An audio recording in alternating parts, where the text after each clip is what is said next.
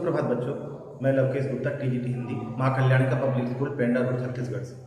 आज हम लोग कक्षा 5 वसंत के पाठ 5 अक्षरों का महत्व जो एक निबंध है जिसको लिखा है गुणाकर मूल्य ने, उसके हम लोग दूसरे भाग में हैं। तो आइए चलते हैं पाठ की ओर।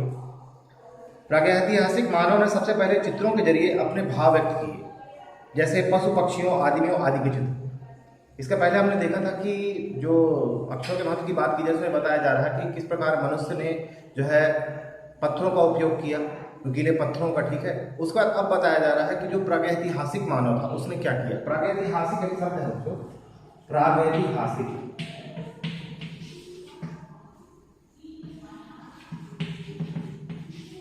प्रागैतिहासिक का मतलब होता है, ये असल में दो शब्दों से मिलकर बना है प्रागैतिहासिक। अगर आप देखेंगे तो प्राग धन ऐतिहासिक,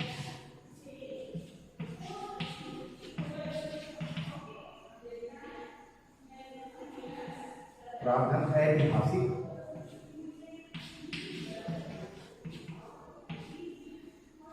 प्रागधन ऐतिहासिक, तो ये बनता है प्रागैतिहासिक, ठीक है ना। तो इसमें तो व्यंजन संधि है। तो इसका मतलब होता क्या है? इसका मतलब होता है इतिहास से पहले का, इतिहास से पहले, इतिहास से पहले का। अब इतिहास से पहले का क्या मतलब होता है? इतिहास से पहले का मतलब ये होता है कि इतिहास हम उसको कहते हैं इसका कोई लिखित साक्ष्य हमारे पास है। प्रागैतिहासिक काल वो काल है जिसमें जिसका कोई लिखित साक्ष्य हमारे पास नहीं है, इसलिए उसको प्रागैतिहासिक काल बोलते हैं। इसलिए कह रहे हैं प्रागैतिहासिक मानव ने, जब प्रागैतिहासिक काल था उस समय का जो मानव था उसने सबसे पहले चित्रों के जरिए अपने भाव व्यक्त किए, जैसे पशु पक्षियों आदमियों आदि के चित्र। उसके मन में जो भाव उठते थे, क्योंकि उस समय उसको भाषा का ज्ञान नहीं था, तो उस समय जो भाव उठे उसके मन में, उन भावों को उसने चित्रों के माध्यम से व्यक्त किया, ठीक है। और भित्ति चित्र है, जैसे कि दीवारों पर चित्र बनाना है, पेड़ पौधों के, जानवरों के चित्र, इन सबको बनाकर उसने मन के भाव व्यक्त किए, ठीक है ना। शिकार करता हुआ चित्र, ठीक है, इस तरह के चित्र बनाए उसने, इंसानों के चित्र बनाए। इन चित्र संकेतों से बाद में भाव संकेत अस्तित्व में आए। पहले चित्र संकेत अस्तित्व में, उसके बाद भाव संकेत बने। मतलब जब कोई चित्र बनता था उसका एक भाव होता, ठीक है। जैसे कि मान लीजिए कि उगता सूरज बना दिया, ठीक है, तो लोगों को पता है कि इससे क्या भाव व्यक्त हो रहा है, इससे उजाला या दिन का भाव व्यक्त हो रहा है, ठीक है। पहले तो उसने ऐसे ही साधारण चित्र बनाए, बाद में वो चित्र संकेत जो थे वो भाव संकेत में बदल गए। जैसे एक छोटे वृत्त के चारों ओर किरणों की द्योतक रेखाएं खींचने पर वह सूर्य का चित्र बन जाता था।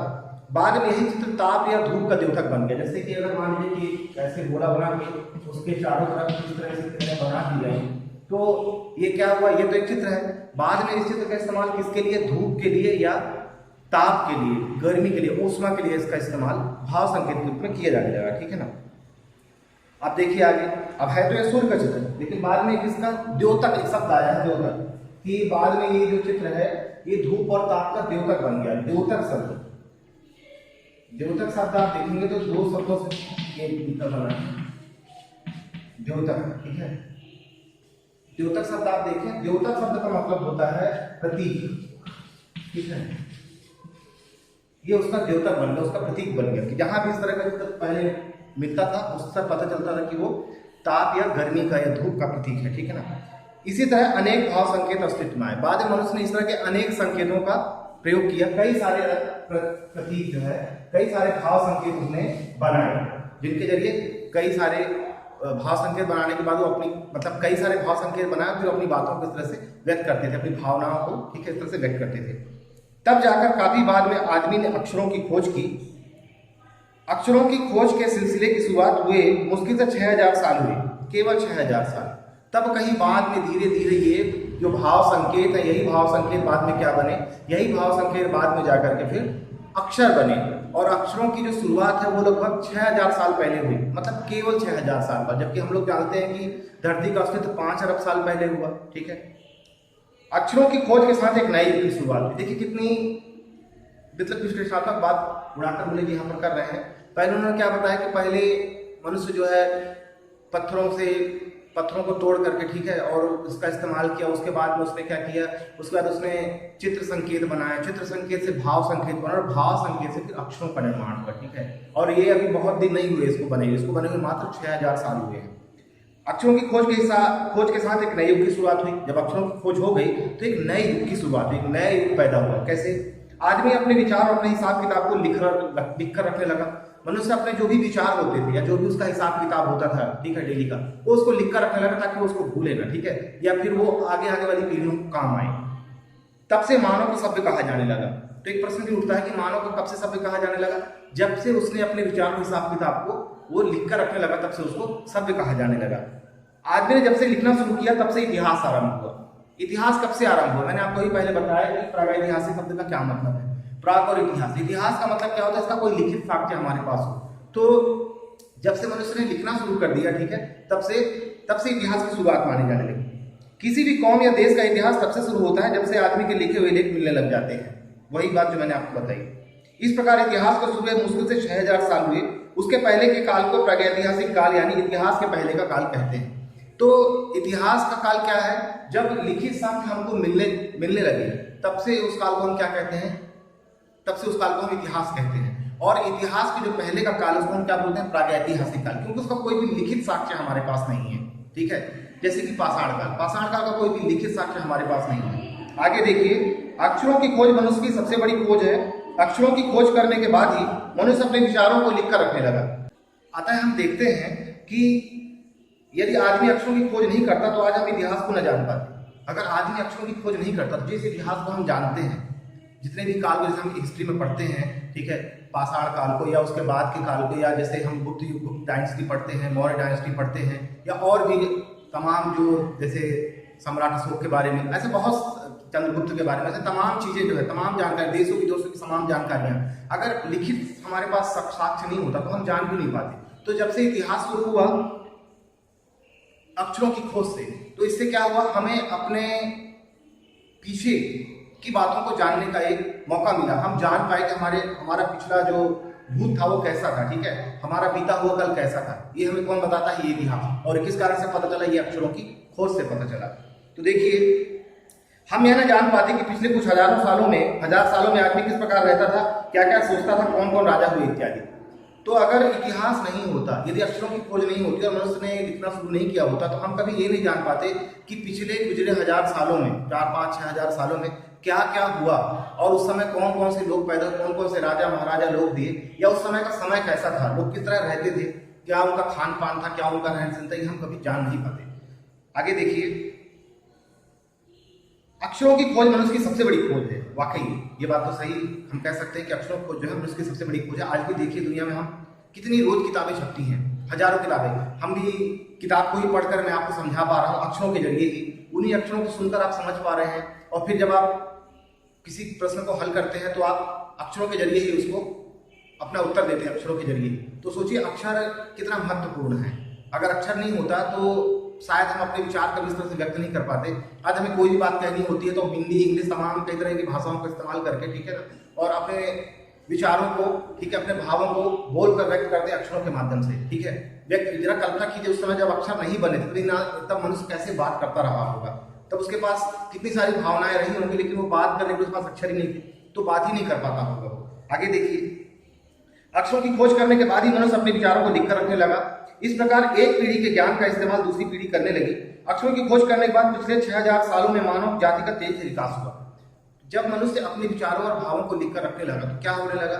वो जो ताड़पत्र है या चमड़े पर लिखे हुए जो लेख हैं या शिलालेख हैं, तो जब मनुष्य इन चीजों को रखने लगा तो क्या हुआ? वो आगे आने वाली पीढ़ियों को ये चीजें काम आने लगी। हमारी जो आगे आने वाली पीढ़ियां, उनको ये चीजें काम आई, उनको एक ज्ञान मिला कि पुराने समय में क्या होता था। जैसे मान लीजिए कोई शिल्पकार है, ठीक है, जैसे आपको मैं बताऊं दिल्ली में जो कुतुब मीनार है, वहां पास एक लौह स्तंभ है। उस लौह स्तंभ को कैसे बनाया गया, अगर इसका ज्ञान मनुष्य ने लिखकर नहीं रखा होता शायद किसी को पता नहीं चलता। वैज्ञानिकों ने बात, क्योंकि उस लोहे पर जंग नहीं लगता था, ऐसी तकनीकी थी हमारे पास। तो मतलब ऐसा क्या था उसमें, अगर कहीं लिखा हुआ ना होता तो क्या पता चल पाता? क्या कोई जान पाता कि किस चीज से बना हुआ धातु? तो हमें पता चला कि लोहे से मिलकर बना हुआ धातु, क्योंकि इसमें लोहा है और ये गैल्वेनाइज्ड आयरन है। तो ऐसी बहुत सारी चीजें हैं बच्चों, जो अगर लिखकर नहीं रखी गई होती तो आगे आने वाली पीढ़ी को कभी मिल ही नहीं पाती, और लिखा हुआ ज्ञान ही हमें काम आता है। आज हम इस किताब को पढ़ रहे हैं, या और भी जैसे हमारे पौराणिक ग्रंथ हैं, जैसे मान लीजिए रामायण है, गीता है, पुराण है, ठीक है, गुरु ग्रंथ साहब है, ऐसे तमाम आदि अनेक धर्मों के जो ग्रंथ हैं, अगर वो लिख कर न रखे गए होते तो क्या उनमें उनके जरिए मनुष्य को जो संदेश मिलता, क्या वो उनको जान पाता, क्या वो उनको समझ पाता? नहीं। तो इसीलिए अक्षरों का बहुत बड़ा महत्व है। आगे देखिए, अक्षरों की खोज करने के बाद पिछले 5-6 हजार सालों में मनुष्य ने बहुत तेजी से विकास किया है।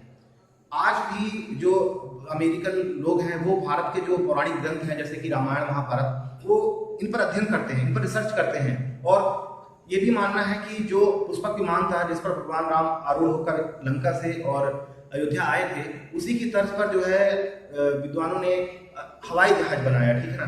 जो वैज्ञानिक लोग थे उन्होंने, विद्वानों ने इसकी पढ़ाई की, इस पर रिसर्च किया, और वैज्ञानिकों ने रिसर्च करके उस पर क्या, उसको एक हवाई जहाज पर दिया। मतलब तो पुरानी जो चीजें अगर वो लिखी ना होती, जैसे पुराने जमाने में दिखा था जब बाढ़ चलाते तो बाढ़ से आग की वर्षा होती थी, उसी पर रिसर्च करके आज जो मिसाइलें बन रही हैं उसी पर रिसर्च करके बन रही हैं।